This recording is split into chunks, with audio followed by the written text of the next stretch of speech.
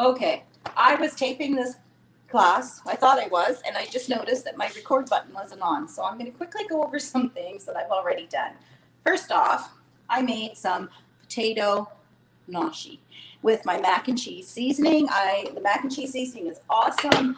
You just take the package, you add a third cup of milk and 2 tablespoons of butter, and you put it with 2 cups of pasta. Now I use the potato instead for something different. So that's all made up. Unfortunately, I did cook my potato a little too long. Just busy here doing stuff, and that happens. So anyway, that is made. In my oven, I just pulled out, it is hot,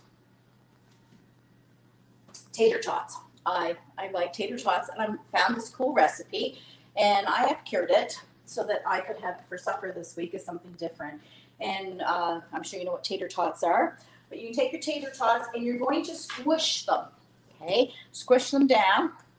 You can use our meat masher if you wanted to do that, except mine's got meat on it. We do not mix meat with anything else. We keep that separate so we don't get sick. So you squish down your potatoes because we are going to use those, our taters, on a wrap. You can buy big wraps or small wraps. I happen to have the large ones. So on my wrap, I'm going to put the tater totters. But I also made ground beef. Fried up my ground beef, used my masher, and I chopped it all up. And then I'm going to add taco seasoning. Now you can buy taco seasoning at the grocery store, or you can use our taco seasoning, which is gluten-free and has no preservatives in it, making it far better for you. And if you check, when it says on our ingredients, spices or herbs, and it doesn't list them, when I go in my back office and look it up for you, it lists 4 or 5 extra spices. So it's so nice to have that all in one jar. So 2 tablespoons of our taco goes with a pound of ground meat.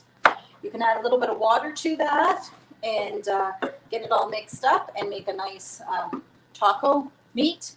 So you add the taco meat, the tater totters. You're going to put some of your favorite cheese on it, add some sour cream. I'm going to add some salsa to it, or sliced tomatoes, a little bit of green onion. Then you're going to wrap it up. Do you know how to put your wraps together? I'm not sure I know, but this is what I tend to do.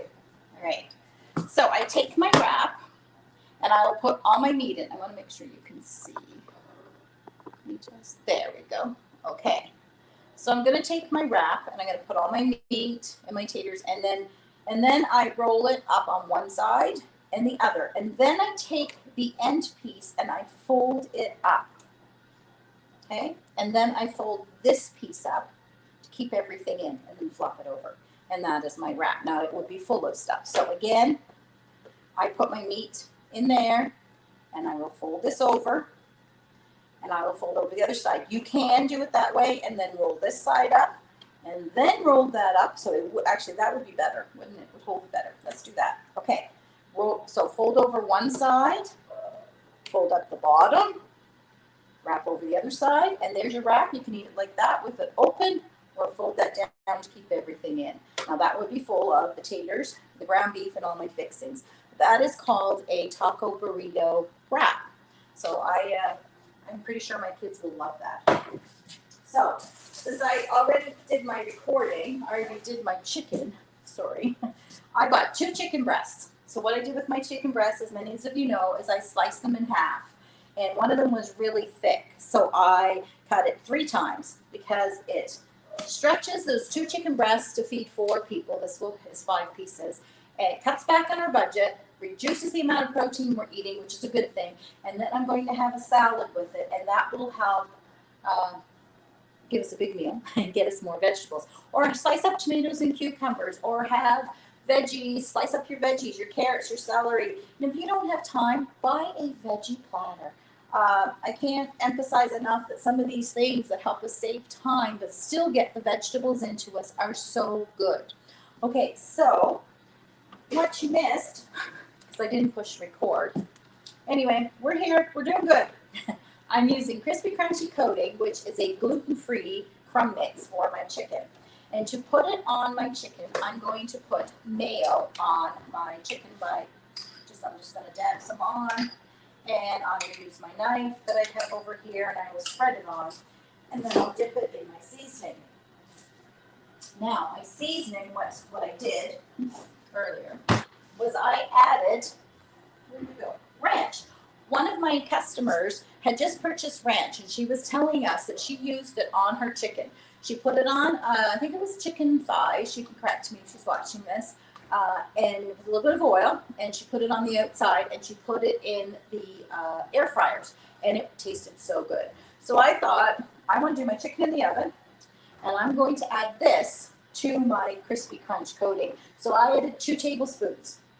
And just because I have lots of Epicure, and they're so versatile, I went and added a bunch of SPG, salt, pepper, garlic, because I felt that, oh, I'll go back a minute. I felt that it would just need that little more seasoning.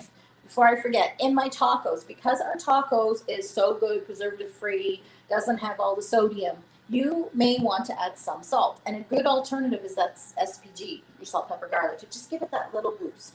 Okay, so with my chicken, I'm just going to take the mayo, and I'm going to spread it all over my chicken breast. And then I will dip it in here. While it's in there, I'll spread the back with my seasoning. And I will take my nice tongs, turn it over, make sure it's all covered in the seasoning. And then I will put it on a cookie sheet. And I really like our these little liners. They're great because it keeps things clean. It just helps mostly the cleaning, honestly. Nothing sticks is what I'm trying to say. So I will do the rest of our chicken, throw it in the oven at about, see my oven says 425, but I'm going to do it at 375 and cook it for about, I'm thinking 15 minutes will be enough, and then it'll be ready. So I've got chicken this week. I have the taco burrito wraps, taco tater wraps, sorry. I've got the gnocchi made. What else do I have this week? Oh, and I'm going to have sandwiches. I have started doing sandwiches once a week. Just because there's always a night that I'm out and just don't have time to cook and don't have time to cook a bunch of dishes. So I cooked up some eggs. They're all boiled for egg sandwiches. I'm going to pick up some fresh croissants and a little bit of meat down at my butcher's. And then my kids can just have a sandwich and they're happy, and it just certainly saves on time for me. Was there anything else I was having this week? Chicken, sandwiches. Oh, and I'm going to make a wonderful salmon this afternoon. Salmon with asparagus. Oh, I love this time of the year. Asparagus is so good. And I will probably make some hollandaise sauce to go with that asparagus, which is so good. Anyway, this is our cooking class, and it's my second recording of the same one, because I forgot to push record. But life is good. Everything's good. So if you're watching this and you want to learn more and learn more about different products, different ways of cooking, please join my Facebook page or my business page, Kelly's Kitchen, and please invite your friends. I'd love to have more people in there, and anyone that needs one-on-one, they need some help with some things, please let me know, and I will reach out and help you in any way I can. Okay, everybody, have a wonderful day, and thanks for checking.